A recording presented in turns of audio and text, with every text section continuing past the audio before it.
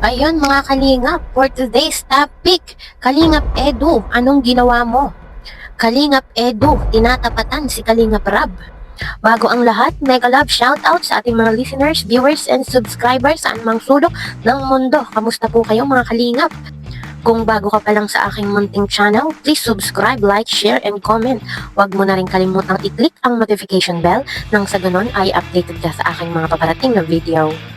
At kung maaari po ay tapusin mo na ang kabuoang video nang sa ganon ay akma ang ating mga komento. At hindi po ako magsasawang sabihin sa inyo na patuloy po nating suportahan si Kalingap Rab at ang ating ama ng Kalingap, si Kuya Val Santos Matubang. Kung maaari po ay no skip ads nang sa ganon ay mas marami pa tayong malingap na nangangailangan. At yun nga po mga kalingap, huwag na tayo nga magpaligoy-ligoy pa. Ano po ba talaga nga nangyari at ginawa nito nga si Kalingap Edu? Kung napapansin niyo po ay biglang nag-boom. Dumami ang mga subscribers at viewers ni Kalingap Edu kung nabibisita niyo po yung kanyang YT account.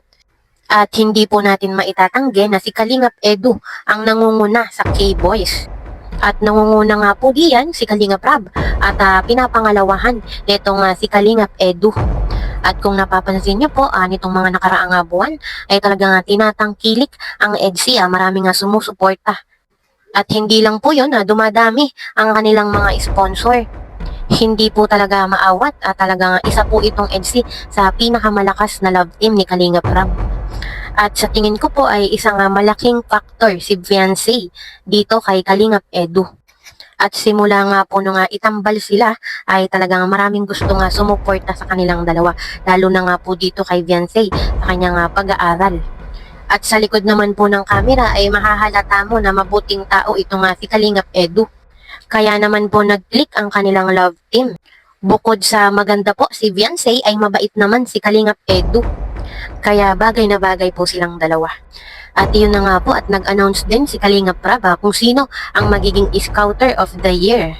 At syempre po, nangunguna po ulit diyan si Kalingap Edu.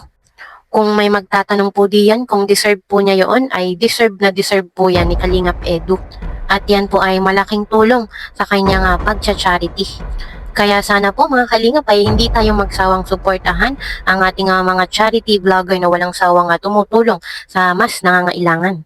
So yun po mga kalingap, ito po muna ang aking update. See you in my next video. Bye!